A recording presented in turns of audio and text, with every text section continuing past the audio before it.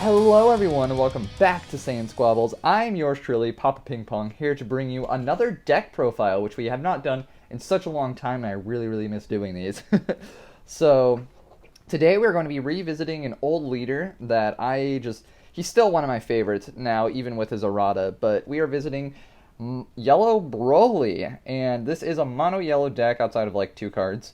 And we are going to be going over his errata, and we're going to keep it kind of quick because a lot of people should know what this leader does, but I'll explain a lot more of the cards in the deck as we go along.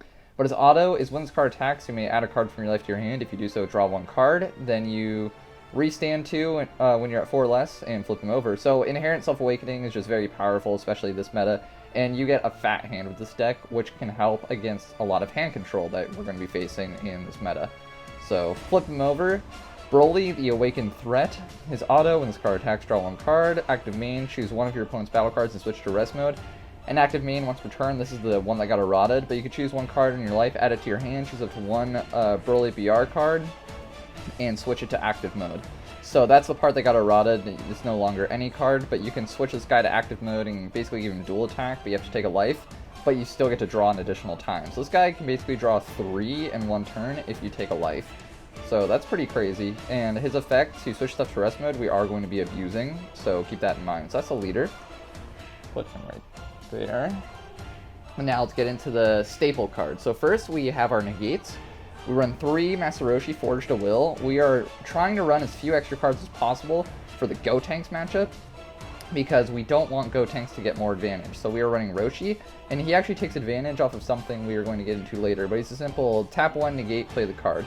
So, just so you guys know, I did bring this deck to a locals, and we did a very small tournament, and I did go undefeated with this deck, so keep that in mind. So this deck is actually pretty good, and I tweaked it slightly.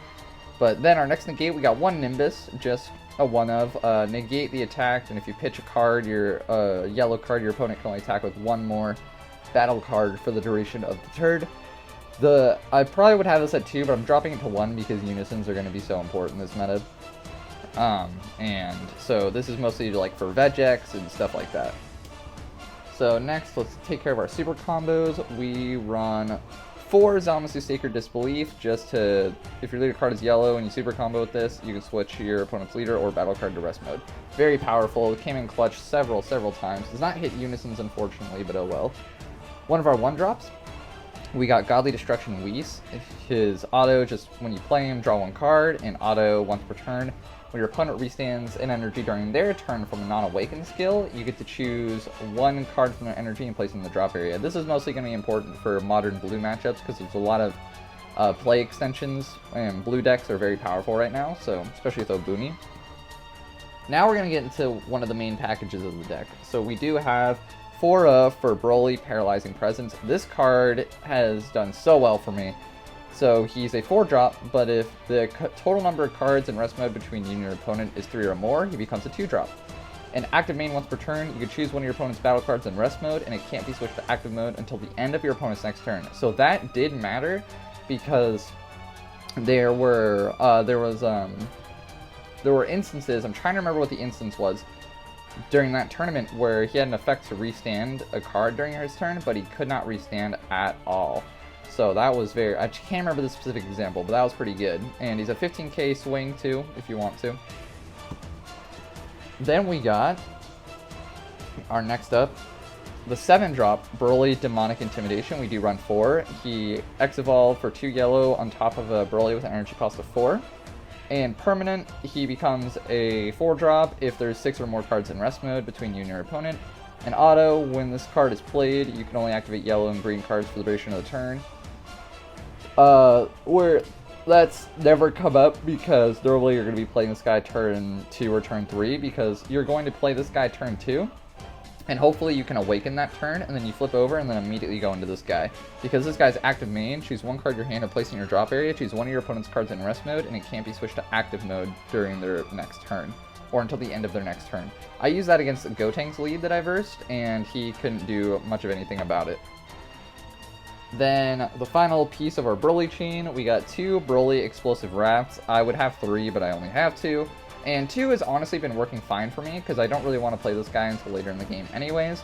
But 2 yellow on top of a Burly BR with an energy cost of 7. Double Strike, and this is one of our few Double Strikers in the deck. We only have one thing that goes beyond Double Strike, so just keep that in mind. And then permanent, he becomes a 5 cost if there's 8 or more cards in rest mode between you and your opponent.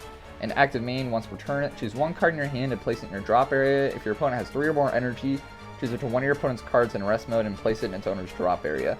So that hits Unisons, which was a big deal. I probably sniped 2 or 3 Unisons during that tournament, which is super effective, and you can just stall them at 3 energy pretty much for the duration of the game if you really want to. If you get 2 of these guys on board, don't even worry about losing at that point. So next up, for our small U6 package, we have 4 Caulifla the Bold Sister. Basically, she's a 1-drop. This is normally what our turn 1 play is going to be.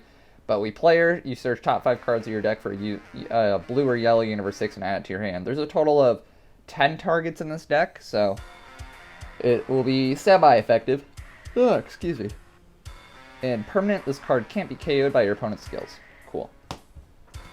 So then, of course, if you guys know anything about the U6 package, we have 4 Caulifla, the Awakened Sister. She's got Double Strike and auto during your turn. At the end of the battle, after you combo this card, you may choose up to 1 yellow Caulifla in your battle area and play this card on top of it. And auto, when you play this card, choose up to 1 of your opponent's battle cards or energy and switch it to rest mode. This is going to be stealing you a lot of games, especially if you can get 2 of these on board. You play her turn 1. Turn 2, you normally want to go into Broly, but then turn 3 is normally when you have an extra energy to go into this. So, and this is, again, going to be stealing you a lot of games, especially I normally get 2 of these on board. And this deck is, like I said, mostly double strikes, so. Alright, so next up we have 2 Dispo the Flash Striker. So, spoiler alert for what we're about to get into, but he's 15k critical, and if you have a yellow Unison card with specified cost of 2 in play, and you have no battle cards in play, play this card from your hand. I'm probably going to cut this card. This is one of the last cards I don't think is necessary for this deck. He was mostly energy during the tournament, and if I had to switch him out with something, I'd probably switch him out for some of the new Trunks and Goten cards that are in the tournament packs, but we'll get into that later. But yeah, so he's a 15k, basically a free 15k critical. Jeez, if I can speak. So next up, we got 4 Vegeta Unison of Fury. This is our Unison we're running for the deck, and this is one of our main win conditions. So active main, once per turn, choose one of your, choose this card or one of your battle cards and switch to rest mode, add 1 marker to this card. So you can do this to the Whis we went over, you can do this to the Roshi we went over, and for negating, normally we're going to play this guy turn 3, you don't really want to play this guy turn 2. But -1, your opponent can't attack with battle cards with energy cost greater than their current energy until the end of their next turn. So we're almost never going to be using that. We're mostly going to be using this effect because we're playing this guy for 2 or 3. We're going to use the once per turn Unison effect to place a Unison under, which comes up quite a bit actually. And then we're going to switch a Roshi or something to rest mode so we can do this effect. -3, choose one of your opponent's energy, switch it to rest mode. This card gets plus 5k power, dual attack, and double strike. So it basically becomes a win condition in and of itself. 20k double strike, dual attack. And to complement the Unison, we are running 2 Release from Evil. Counter attack, if your leader card is mono yellow, choose the attacking card, ignoring barrier, negate its skills for the turn, and it can't be switched to active mode until the start of your next turn. You're mostly going to save this for boss monsters or even some leaders. And you can play this card for free if you have a Unison card in play. But keep in mind, this does not negate the attack, this just is going to remove a bunch of effects. Whether it be a triple strike, quadruple strike, double strike, dual attack, triple attack, etc. Then, last card to complement the Unison, we have 2 Vegeta Prideful Transformation. I want to bump this up to 3, but I simply don't have a third one. But he's blocker, counterplay, you can't activate counterplay skills of other cards for the turn, and the battle card being played is played in rest mode. So you not only rest the card being played, but he is then a blocker. So, you almost like stop 2 attacks off of that. And permanent, if you have a yellow Unison card with 2 or more counters in play, you can activate this card's counter skill from your hand without paying its energy cost. So that's a pretty powerful effect. The fact that you can just free play that. Then a 1 of, just a consistency booster. Basically, you play this guy, you can search the top 5 cards of your deck for Unison with specified cost of 2, or U11, and you have the 2 dispo, so there's 6 targets. I'm going to cut that as soon as I can. I'm just really not sure what I should cut it for. You guys let me know if you can think of something. So next up, we got 4, Bardock the Enlightened. Auto once per turn, when an opponent's card is switched from active mode to rest mode by one of your skills, draw 1 card. That is a very, very good effect. A lot of people don't expect it to be as good as it is. I get 2 of these guys on board. I use my leader effect to switch something into rest mode. You draw 2. And you, during your opponent's turn, if you use a Zamasu super combo and switch something to rest mode, excuse me, Zamasu super combo to switch something to rest mode during their turn, you draw an additional 2 cards. Even one guy, you're drawing an additional 3 or 4 cards a game. I think this card is very slept on. It is easily removed, but it's not a setback when it's removed. You still get you still have all your key players, especially like your Unison. Your opponent's like, do I get rid of the Bardock to stop drawing, or the Unison? I just think this card is very underrated. I love this card. So next up, kind of a tech choice. We have 2 Trunks, Saiyan Majesty. Basically, when something switched to rest mode by a skill, you may, or by an opponent's card to switch to rest mode by a skill, sorry, you can place this card in your drop area, draw 1 card. In active battle, send this card from your drop area to your warp for 1 energy, choose one of your opponent's battle cards, energy cost of 4 or less, and switch it to rest mode. So once again, proccing this, and basically denying an extra attack. I think it's a pretty good card. Doesn't come up often, but when it does, it's very, very helpful. So another tech choice, we got Swift Retaliation Cooler. Counter, if your leader card is yellow, negate the counter and play this card. When you play this card, draw 1 card. If you have 6 or more cards in rest mode, draw 1 more card. So this guy comes up once in a while, but he's come up enough to where I don't want to remove him. And he's clutched games for me. So next up, we have just Supreme Kai giving double strike to something you choose, because a lot of our stuff has single strikes in this deck. Now our first secret rare, we run Cold Bloodlust, one of the most powerful cards ever to be printed in this game. Just for 1, if your leader card's a Freeze's Army, negate all the skills of the card being played, which is stupid, for the duration of the turn. So if it gains a skill, it's still removed. And then last but not least, and this can be switched out for several things, this is just what I'm running, we have the Gogeta Secret Rare. So Triple Strike, permanent, you can't play battle cards, this card can't be removed from your battle area by skills, and you can't combo this card in your battle area.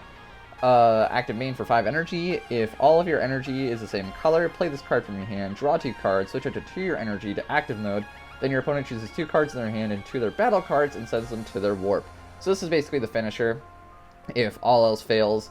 The idea is you save up your Unison after he did his trick, you play this Gogeta, he does his thing, or maybe the Vegeta goes in first, but this can be replaced with the Gotenk Secret Rare, Smoke Dragon, I had Smoke Dragon in this for a while, or a 3rd Broly 9-drop. This is not mandatory, this is just, you know, that extra flex. But anyways, I hope you guys enjoyed. I haven't done a deck profile in a really long time, so I'm very excited to bring you guys this, and I hope you all are staying safe, and have a great rest of your day. See ya!